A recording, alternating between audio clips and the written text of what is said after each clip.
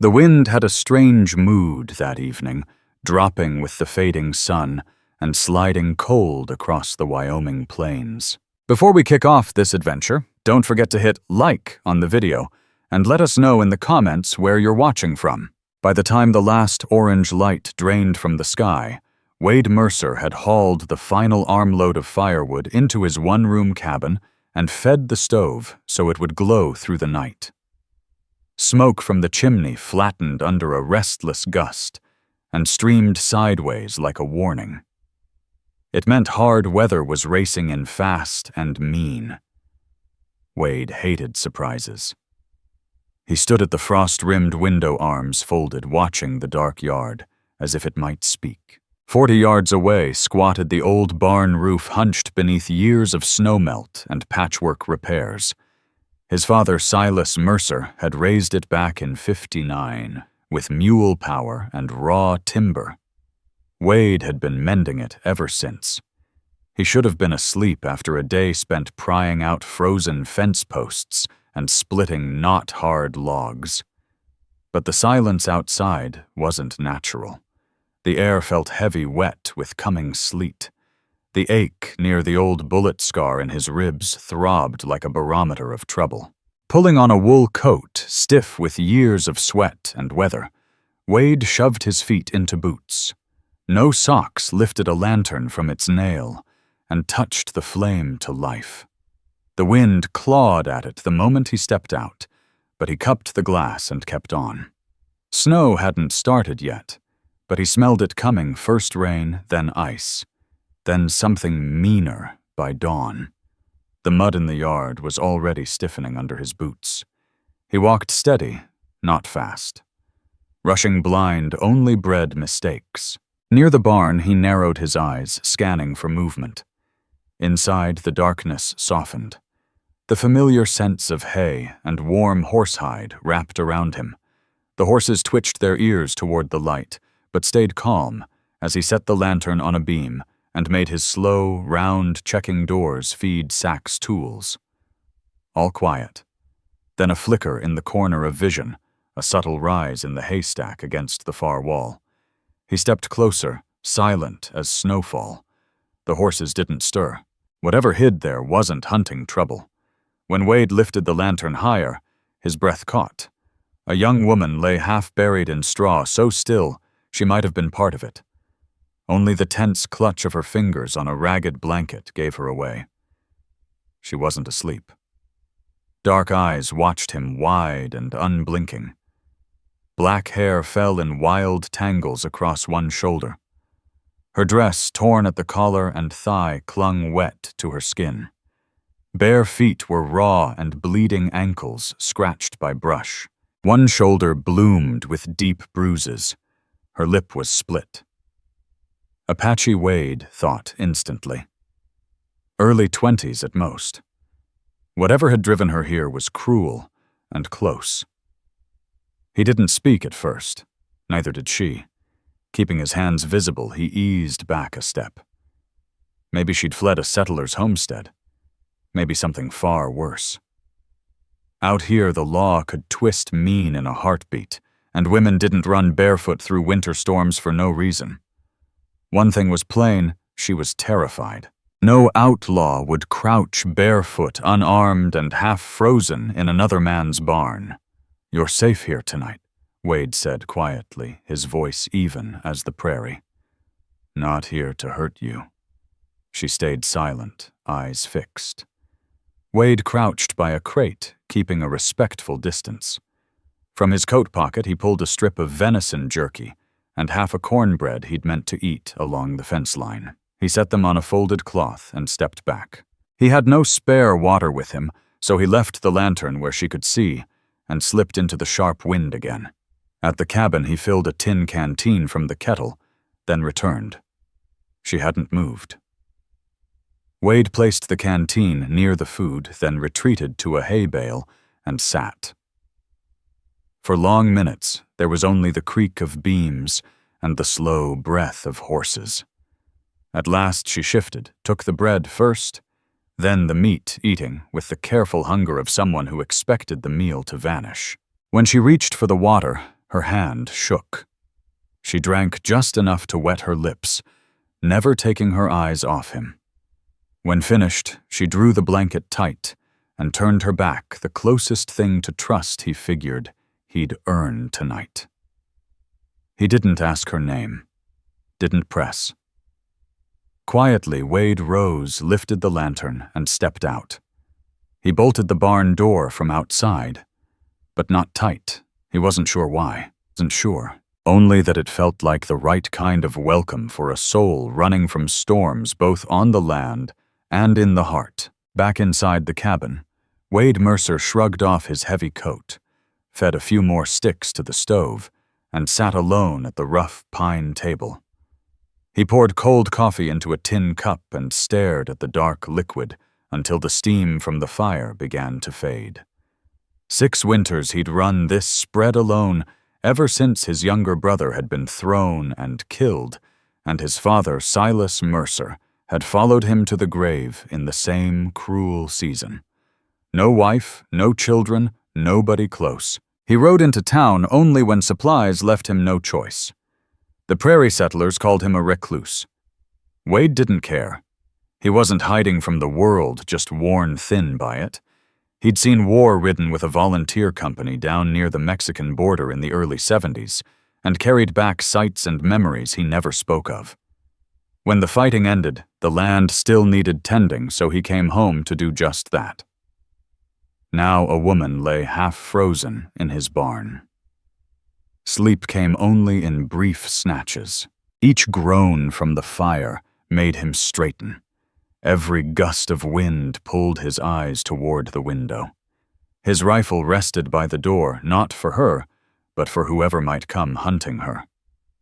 When dawn finally bled across the frozen prairie, Wade dressed without a sound and headed for the barn.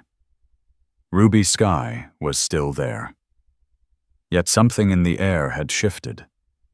The food and water were gone, and part of the floor had been swept clean. She'd even stacked the hay more neatly, but she limped when she moved, and the gash on her leg still leaked dark red beneath the bruises on her shoulder. He stepped toward her, careful and steady. She turned wary, but unflinching. Wade nodded at the wound. "That needs cleaning." She kept silent. He filled a wash basin, tore a strip from an old undershirt, and opened a tin of horse salve. Then he waited. At last she eased herself onto the rail and extended the injured leg, her body stiff but composed. Wade worked without chatter, wiping away mud and dried blood. She winced only once. The cut wasn't deep, but would have soured soon enough. He bound it tight and stepped back. For the first time, she met his gaze, brief as a shooting star, before looking away. "I'll bring food later," he said, and turned to go. She returned to sweeping the floor. That night he left the cabin door unlatched, just in case, but she didn't come inside. Not yet. The next morning broke under a brittle sky frost etching the windows. The storm had passed, leaving a silence so sharp every sound carried far. Wade fried bacon in a cast-iron skillet more from habit than hunger. He wrapped half the meal in a clean cloth, poured water into a tin cup, and stepped out. The thawing mud clutched at his boots as he crossed the yard. Crows pecked at wind-scattered debris along the fence line. Nothing else stirred. He walked with his usual steady stride, hiding the knot in his stomach. Inside the barn, the horses shifted, but stayed calm. They knew her scent now. Ruby stood by a stall, a horse blanket draped around her shoulders, watching a mare chew lazily. "You eat?" Wade asked. She turned slightly, but gave no word. He set the food and water on the same hay bale as yesterday, and let the silence stand. If she wanted to eat, she would. She had the instincts of a survivor. He noticed more hay stacked neatly, and the tool's pitchfork shovel, even the old egg basket lined up as if a careful hand had claimed the space. He glanced at her leg.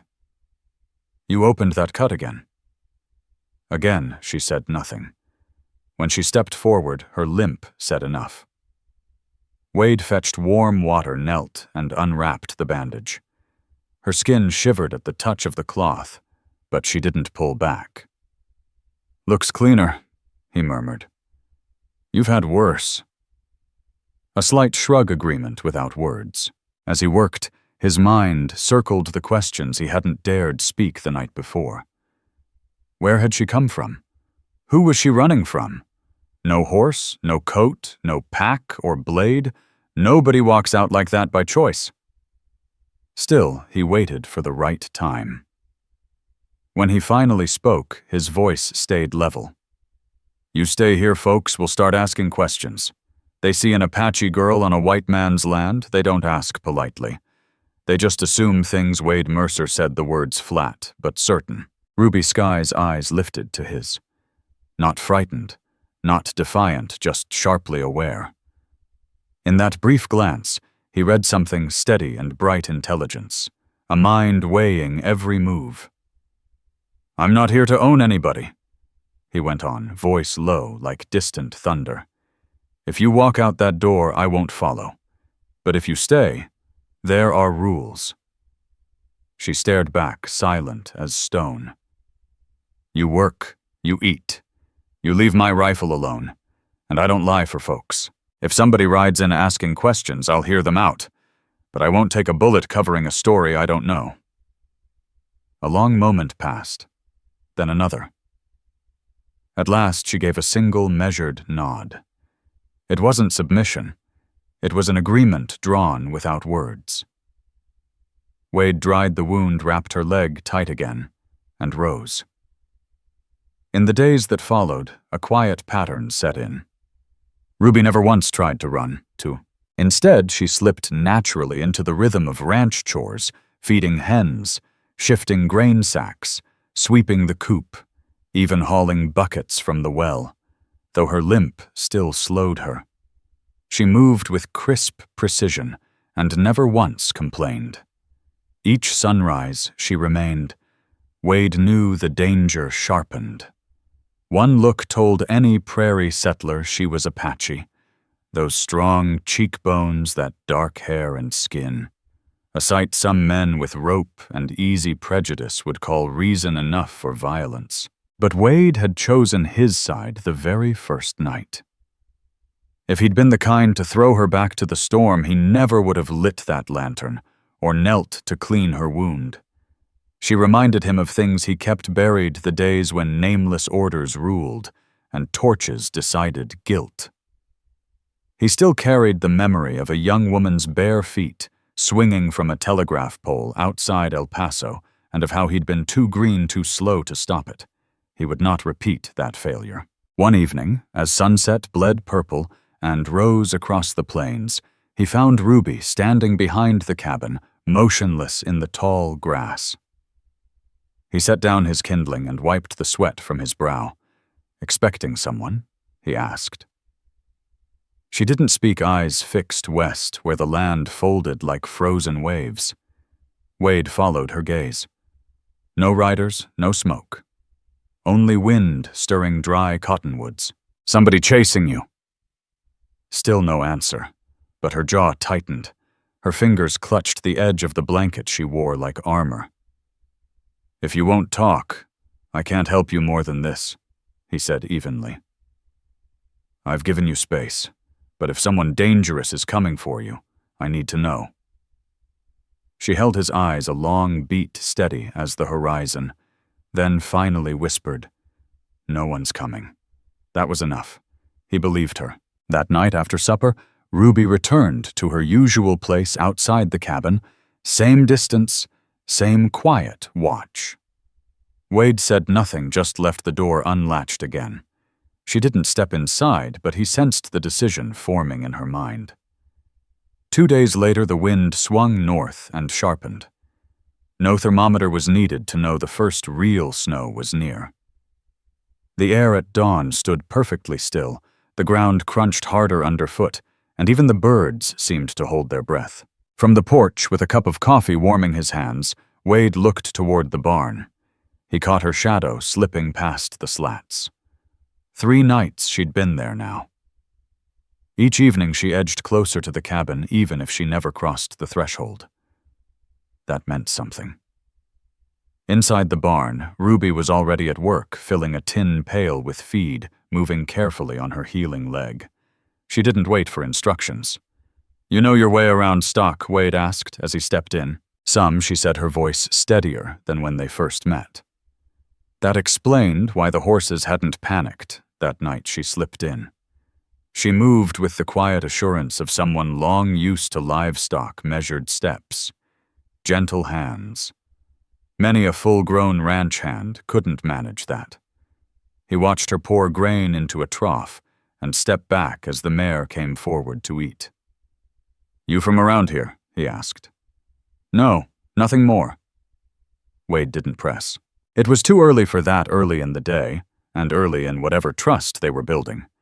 But he noticed the change. Ruby was no longer just a fugitive sheltering in hay. She moved like someone who belonged, mending latches, topping off water buckets, even stacking the firewood into neat rows without being asked. She'd salted the last of the pork from the cellar barrel on her own. He'd never invited her to stay, yet she hadn't left. And truth be told, he didn't want her to. This wasn't simple comfort or mere company. It felt more like shared survival, 2 lives tied together by work and quiet purpose. The more she wove herself into the life of the ranch, the harder it was to picture the place without her. Later that afternoon, while mending the north fence, Wade kept scanning the empty horizon, not because he truly expected riders, but because he knew what men were capable of when fear or boredom turned mean. Wade Mercer knew exactly what men could do when fear or boredom twisted into righteousness. Last spring, a nearby rancher, Whit Halloran, had been found dead for giving shelter to a runaway girl, not Apache, but close enough for small-minded folks. The law never charged him yet. The prairie settlers shunned his widow for months. Wade understood the danger. He'd counted the cost, and still every time he watched Ruby Skye limp across the yard without complaint, working steady and sure the same truth returned: she deserved her chance at peace as much as anyone. That evening she brought in 4 warm brown eggs from the coop and held them out without a word. She lingered by the cabin door, uncertain. Wade met her eyes, then glanced at the eggs. "You hungry?" A pause, then a slight nod. "Come on in, then." For the first time, she stepped over his threshold. She didn't gawk or hesitate, just crossed to the bench by the hearth and sat, hands folded, quiet as dawn. Wade cracked the eggs into a skillet, dropped in a strip of bacon, and let the scent of grease and wood smoke fill the room. When he set a tin plate before her, she lifted the fork slowly and began to eat.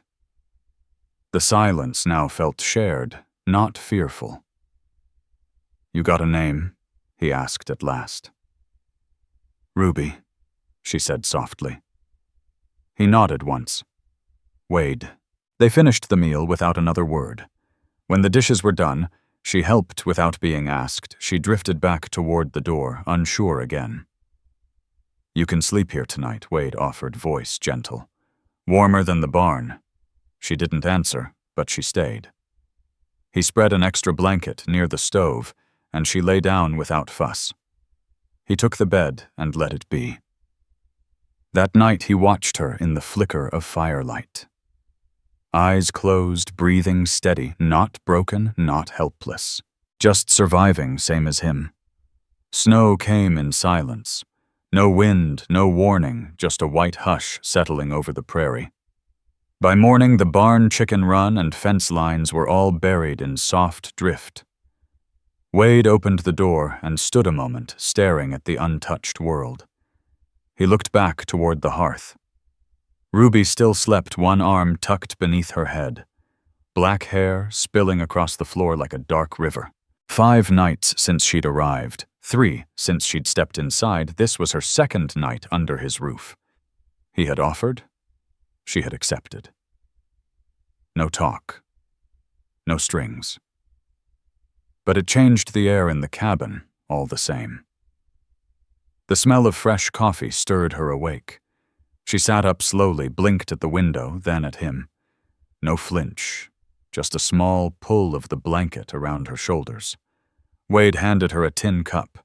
She took it in both hands as if it weighed more than it did, and sipped with quiet care. He set a pan of oats on the stove and cracked the last of the eggs. "Snow came early," he said. Ruby waited a moment before asking softly, "How long does it stay?" "Sometimes till March," Wade replied. "Sometimes longer." She nodded, untroubled. Whatever she had fled was sealed off now by miles of snow and silence. If anyone had been following, they'd never make it this far without horses and gear, and no one knew she was here. Still, Wade kept a wary eye. He'd moved the rifle from the wall to a nail by the door and made a habit of circling the cabin each morning. In this weather, tracks would show plain. So far, there were none. Only the faint barefoot prints from her first desperate night, which he left untouched, a reminder of what she'd endured. After breakfast, she helped wash the dishes. Her step was surer, now bruises fading, the wound nearly closed. She carried herself less like a fugitive and more like someone finding her place. "You ever used a saw?" Wade asked. Ruby looked up, faintly surprised, then nodded. "Good." He handed her the smaller bow saw. "Need a kindling stack by the porch, 2 rows high." Without a single question, she stepped outside and set to work. By noon, 2 tidy stacks of fresh-cut wood leaned against the cabin wall. Her hands were red and raw, where the handle bit through old calluses, but she never uttered a complaint. Ruby Skye stepped back inside, set the saw carefully against the wall, and lingered by the stove until the trembling left her fingers. Wade Mercer, busy stitching a torn saddle strap, watched her from the corner of his eye. Something about her presence tugged at old memories he hadn't dared touch in years. His mother, Ada Mercer, had carried the same quiet strength. Part Comanche, raised in a mission school in New Mexico before marrying Silas Mercer. She'd spoken little in public, whether in town or at church, but she could read a room straighter than most men could read a trail map. "Stillness speaks its own language," she used to say. "You just have to wait long enough to hear it." He hadn't let himself think of her since the cholera outbreak of '75 took her life. Yet Ruby's calm, deliberate silence brought that memory back, not a silence of fear, but of presence and steady ground. She never asked about his past or pressed for stories. Still, she noticed everything folding blankets tighter at night, scrubbing rust from the stove hinges, rearranging jars of beans and dried apples in clean rows without a single word. No fuss. No need for credit. After supper that night, Wade poured 2 cups of coffee and handed one across. He rested his elbows on his knees, eyes on the fire. "You planning to stay through the winter?" Ruby looked from the flames to him, her gaze firm. "If I can." He nodded. "Then we'll need to stretch what's in the pantry and get the roof set before the next big snow." "I'll help," she answered, calm and certain no question about her place here. They let the fire do the talking after that. The wind rattled the shutters like a distant drum, reminding them how far the nearest neighbor lay. Before turning in, Wade spread an extra blanket on the floor, as usual. Ruby stood over it a long second, then quietly moved closer to the fire, slipped off her day coat, and lay down nearer the hearth, nearer to him. He didn't shift away, and he slept deeper than he had in years. By week's end, winter had tightened its grip. Each dawn, the snow hardened into a crust firm enough to walk on, and the sky held a solid gray for 3 straight days. Wade knew the signs winter was here to stay. Every morning now followed a strict order: feed the stove, boil coffee hall water from the half-frozen well behind the barn. A hot fire wasn't comfort anymore. It was survival. Meals, extra layers, careful watch on the shelves of beans, cornmeal, salt pork, dried apples, flour, and coffee were all part of the daily reckoning. With careful rationing and some luck, trapping game they could last to February without cutting into the emergency cash. Ruby had eased into this life without a single complaint. She no longer hesitated at the cabin door or crossing the yard to the barn. She moved like someone who respected the land, using it without wasting it.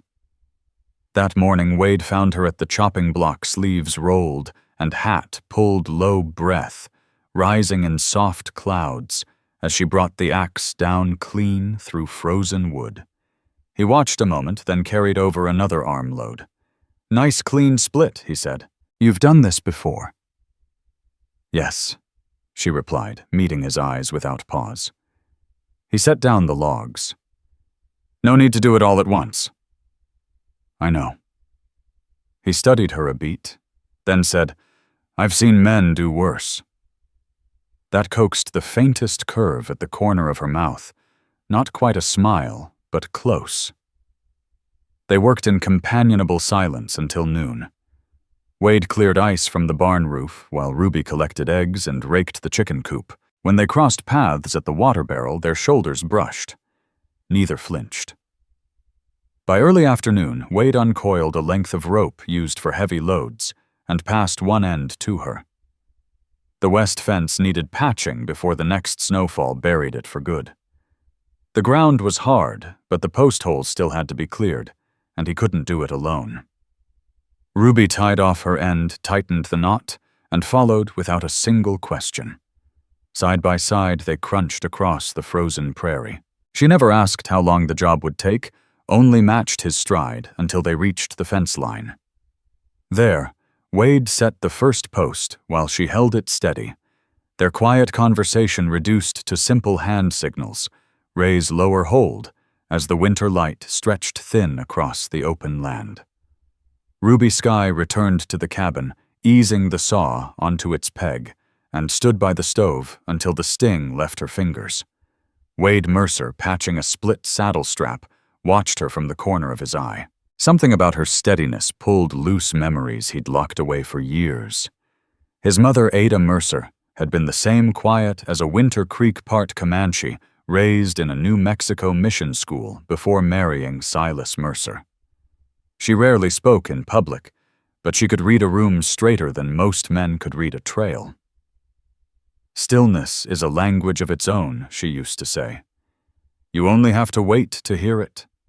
He hadn't let himself dwell on her since the cholera scare of '75. Yet Ruby's calm reawakened that memory, not a silence of fear, but one of deep presence. She never pried into his past, but she noticed everything. Folding blankets tighter at night, scrubbing stove hinges free of rust, lining jars of beans, and dried apples in careful order. No fuss, no need for thanks. That night after supper, Wade poured 2 coffees and handed one across. He leaned forward, elbows on his knees. "You plan to ride out before winter sets in?" Ruby looked from the fire to him, steady-eyed. "If I can stay, I will. Then we'll need to stretch supplies," he said, "and fix the roof before another heavy snow. I'll help." No hesitation, no question of belonging, just quiet certainty. They sat with the wind tapping the shutters, each aware how far they were from any neighbor. Before bed, Wade laid the spare blanket, as always. Ruby stood over it a moment, then moved closer to the hearth, slipped off her coat, and lay down nearer to him. He didn't move. And for the first time in years, he slept deep. By week's end, the cold had sharpened. Each morning the snow crusted firm underfoot, and a flat gray sky held for days. Wade knew winter had settled in to stay. Their mornings became pure survival, stir the fire-brew coffee hall water from the half-frozen well. He counted beans, cornmeal salt pork, dried apples, flour, and coffee, like hours on a clock, knowing that with luck and a few trapped hairs, they could last to February without touching the emergency stores. Ruby fit into the life as though born to it. She no longer paused at the cabin door or hesitated to cross the yard. She moved like someone who respected the land and wasted nothing. One morning, Wade found her at the chopping block.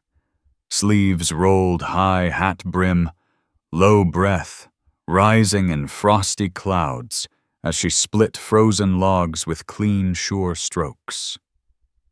He watched a moment before carrying over more wood. "You split straight," he said. "Done this before?" "Yes," she answered simply, meeting his gaze. "Don't have to finish in one go," he added. "I know. I've seen men do worse," he said with a faint grin. That drew the smallest curve at the corner of her mouth, almost a smile. They worked side by side until noon. Wade scraped ice from the barn roof, while Ruby gathered eggs and raked the chicken coop. Their shoulders brushed once at the water barrel. Neither pulled away. After lunch, he brought down a coil of rope and passed one end to her. The west fence needed patching before the next snowfall buried it. She tied her knot firm and followed without a word. They walked together across the frozen prairie boots, crunching in rhythm. Ruby asked no questions about how long the job might take, only matched his stride until they reached the fence line. Wade set the first post while she braced it, their quiet talk reduced to hand signals, raise lower hold as winter light stretched thin across the land. Hours later, when her leg began to stiffen, she never mentioned it. They worked 3 hours straight before resting against a half-buried rock, sharing a biscuit and strips of dried meat. Wade watched the pale silver sky where the sun sagged low. "You still thinking of leaving?" he asked suddenly. Ruby blinked, sipped from the canteen, and met his eyes. "Are you asking me to go? No?" he said without pause. She accepted that with a single nod and went back to eating. It was the first time either of them admitted without quite saying that they were building something together. That night, Ruby stepped into the cabin without waiting for an invitation. She hung her coat beside his and sat at the table as he cooked. When he served the plates, she reached over and sprinkled salt on his without a word. "You've been watching me that close," he teased. "You like more than you admit," she said, the faintest dry humor in her voice, the longest sentence she'd spoken. After dinner, they didn't drift to opposite sides of the room. Ruby settled near the fire so close their knees brushed when she shifted. Wade stayed put, carving a strip of pine with his pocket knife. She leaned back and closed her eyes while the fire cracked and the wind prowled the hills. "I had a sister," Wade said quietly. Ruby opened her eyes but stayed silent. "Lila. Fever took her after 2 years. My mother barely spoke after that. Said the land remembers such things." Ruby gave a slow nod, as if she understood without more words. Wade wasn't sure why he'd spoken.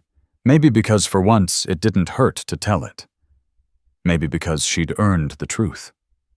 That night she chose a spot nearer the table closer to his bedroll. She didn't ask, and he didn't question. There was still space between them, but it wasn't a distance meant to keep them apart. It felt like a space where something new might grow. Morning came hard and cold. Frost snapped along the cabin walls. Wade woke before sunrise breath smoking in the chill. The fire had burned low. He sat on the bed's edge pulling on his boots, then glanced toward her blanket and felt a jolt when he saw it empty. The door was still latched inside. Following a faint trail of prints, he found Ruby crouched near the wash corner.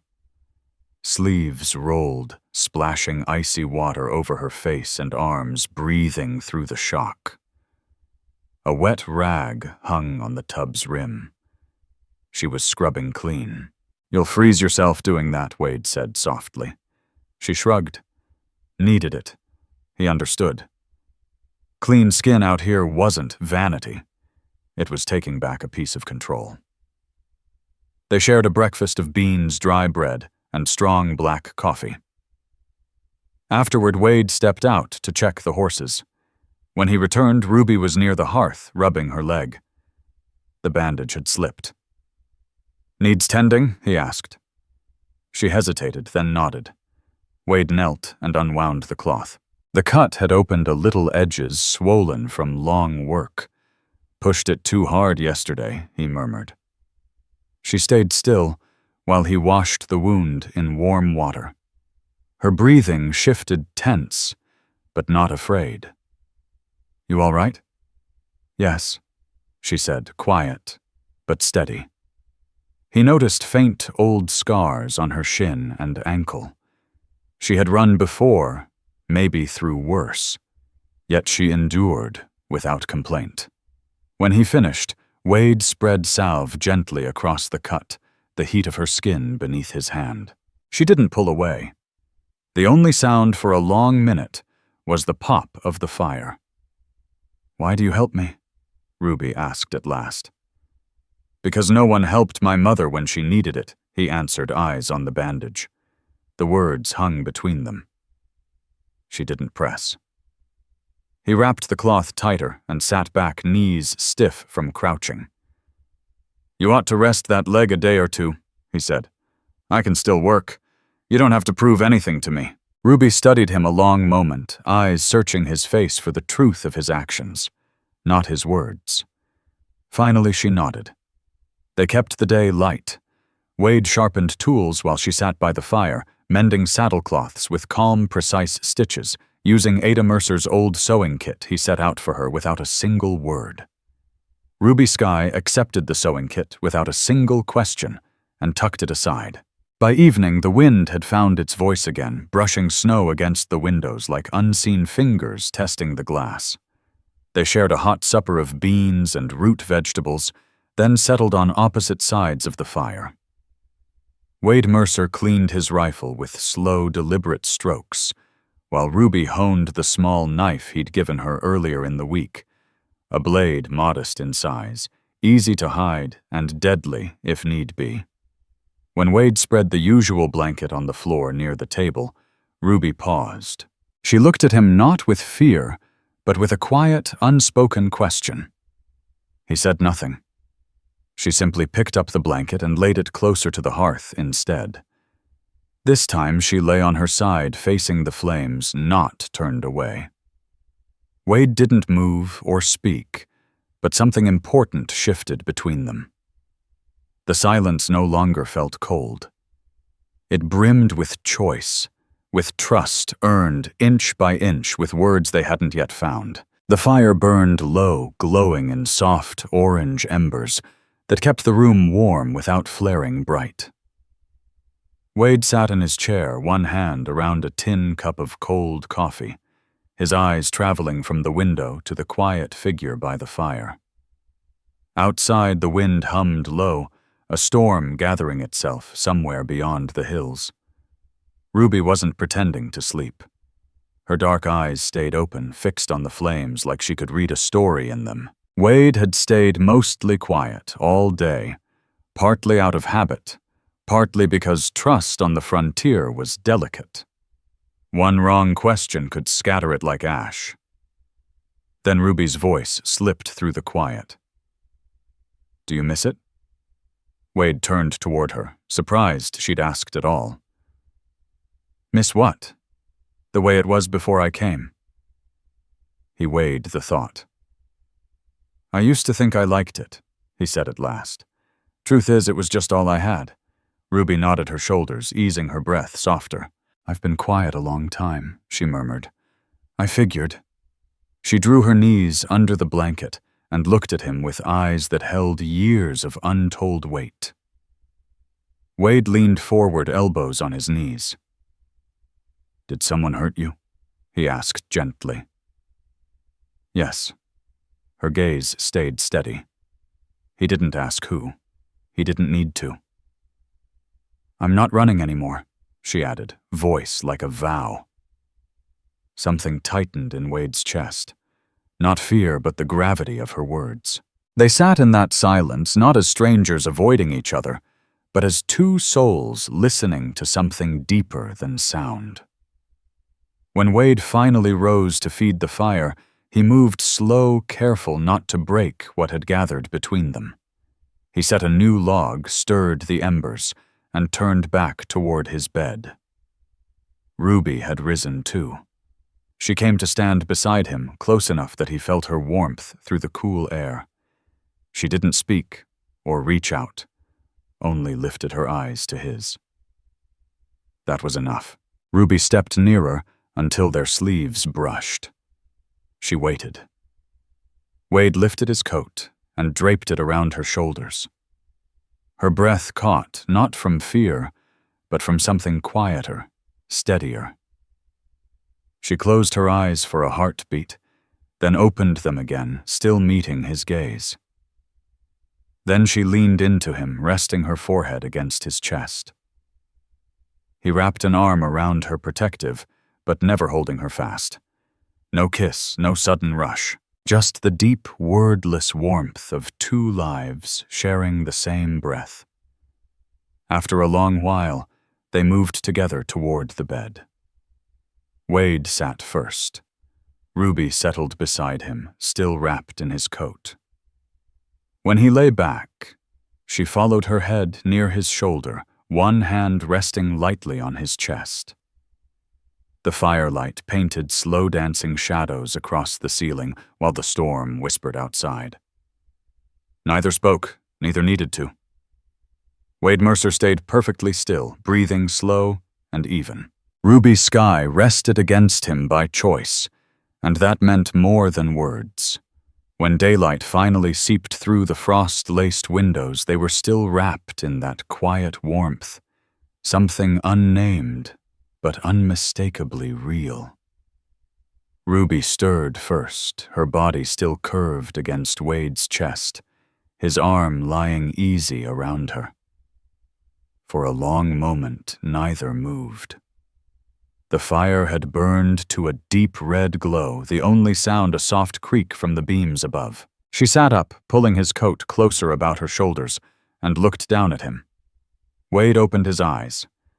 No startle, no regret, just a calm moment of recognition. Something had shifted between them, and neither felt the need to explain it. He rubbed a hand over his face, stretched his legs, and stood. "I'll make coffee." Ruby nodded, still wrapped in the blanket, her dark eyes following him, not with caution, but with quiet trust.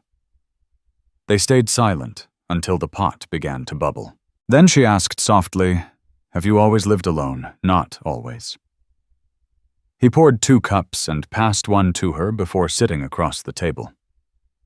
"My brother died 6 years ago, kicked by a stallion out on the far pasture. I buried him beneath the cottonwood at the fence line.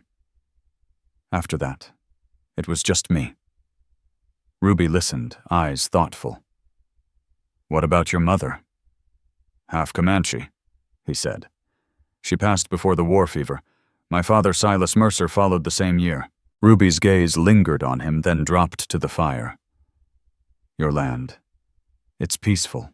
That's why I stayed." She tightened her hands around the cup.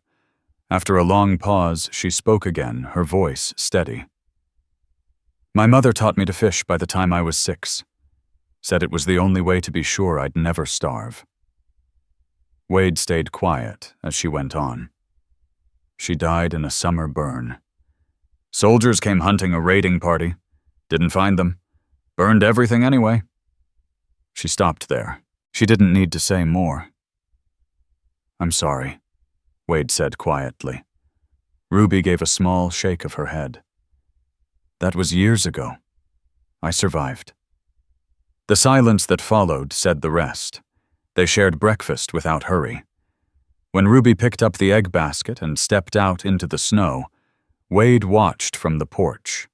She moved like she belonged, her steps easy, the chickens calm under her care. He caught a few words she murmured to the hens, soft sounds he didn't recognize, maybe not even English. The day passed in shared work, slicing meat, clearing fresh snow from the barn roof, checking the coop. Wade showed her how to manage the chimney flue.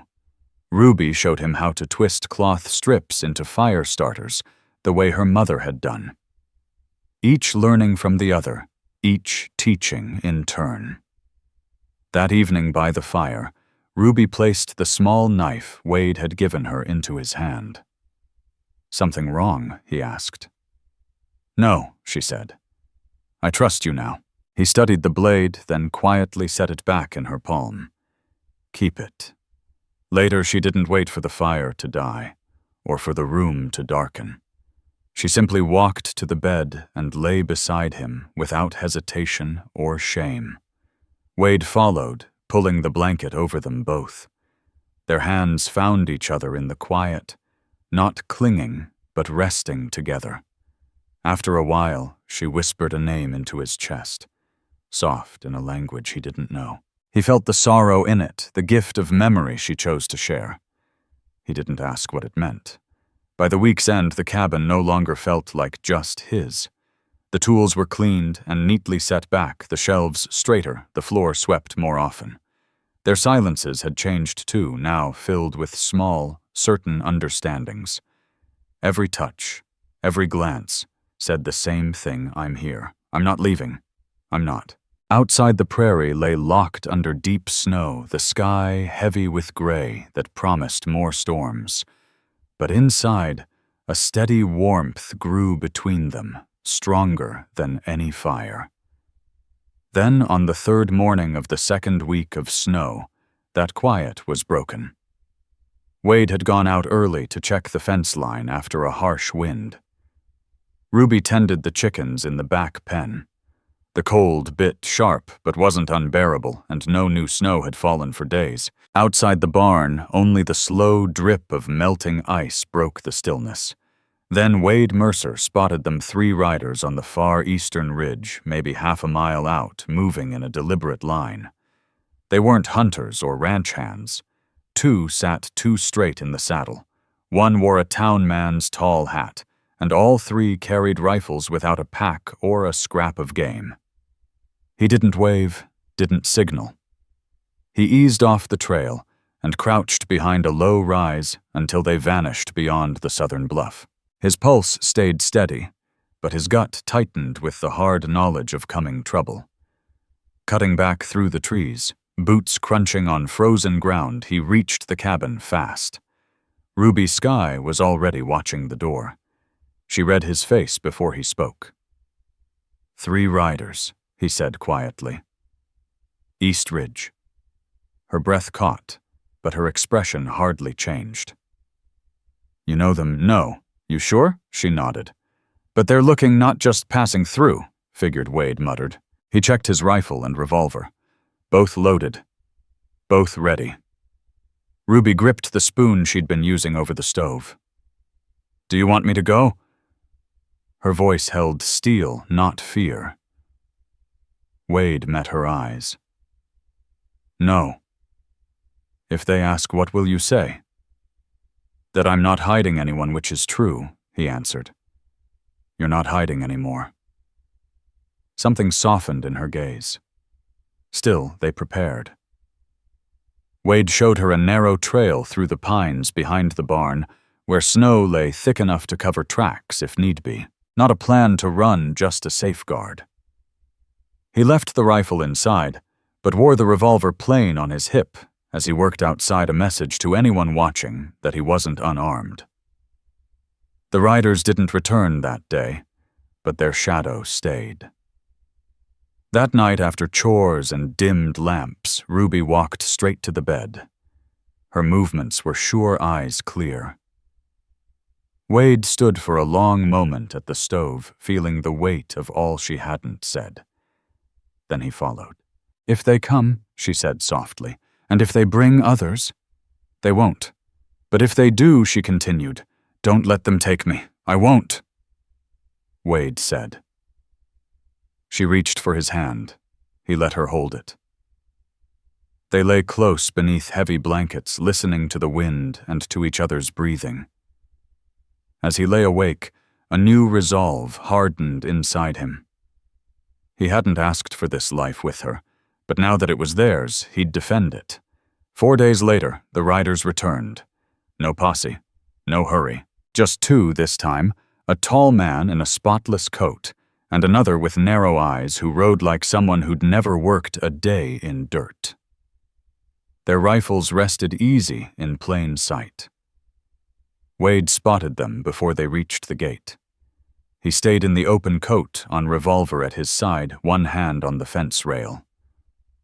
Ruby watched from behind the curtain, as planned. The lead rider tipped his hat. "Morning," he said. "Morning," Wade replied evenly. "You're a long way from town," just riding through, the stranger said. "Name's Wade. I work with Judge Eli Frost out of Laramie. We've been tracking someone. Heard you might have had a visitor." "I don't keep guests," Wade answered. "Just work the land." The second man scanned the barn. "You see a young Apache woman pass this way, early 20s. Maybe hurt you see any footprints in this snow," Wade countered.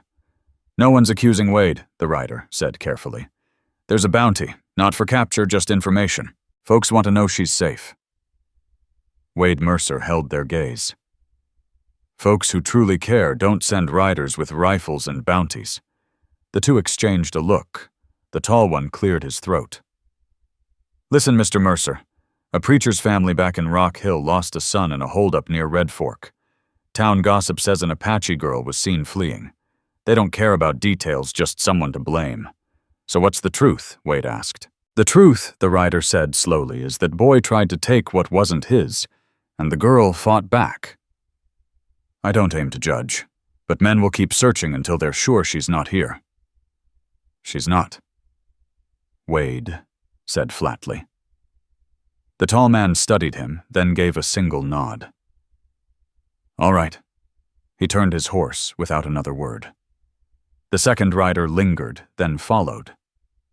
Wade stood and watched until their shapes disappeared over the ridge hoofbeats fading into the trees. Only then did he draw a long breath, not relief, but final resolve.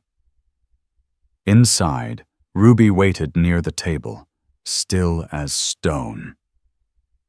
"They gone?" she asked. "Yes." She didn't ask what they'd said. She didn't need to. Ruby Skye crossed to the stove and poured 2 cups of coffee. Her movements steady and sure. Wade Mercer took one, sipped in silence, then finally asked, "What that rider said, was it true?" Ruby held his gaze and gave a small nod. "The preacher's son found me near the creek, said he'd help, then tried to drag me back, told me I'd belong to him soon enough. I ran. He followed. I had a blade. You killed him. I didn't wait to see." Wade let out a long breath and nodded. "You were right not to wait. No judgment, no fear, only understanding." The rest of the day passed in their usual rhythm, splitting wood, checking trap lines, reinforcing the barn door for the next storm. Yet something fundamental had shifted. The shadow that had trailed Ruby since the night she staggered into his barn finally seemed to break apart and drift away. That night she didn't wait for him to reach for her. She came to him without words, without the old silence. They lay together no longer merely fugitives or survivors, but something steadier, something freely chosen. By spring, the snow loosened its grip. The creek behind the barn surged with meltwater, and the air smelled of damp earth and new grass.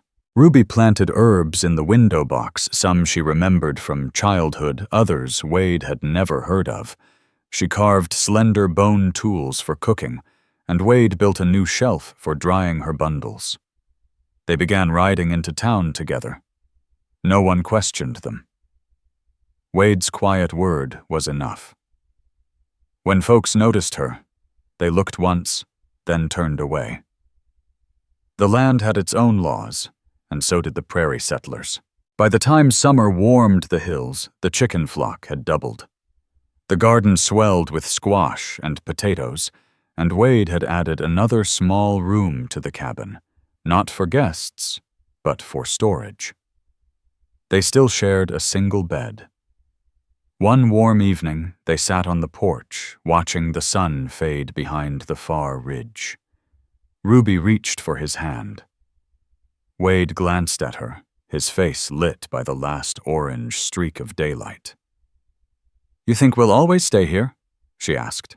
"I'm not going anywhere," he said without hesitation. Ruby nodded and smiled, not a polite smile, but one born of certainty.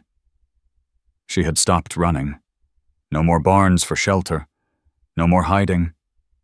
She was home. And so was he. If this story has touched your heart, I invite you to stay with us to discover more true tales of the Wild West. Stories that honor resilience, tenderness, and the spirit that God placed in those who blazed the trail. Subscribe, share. Leave your thoughts in the comments, and join us once again to journey across this untamed land. Thank you.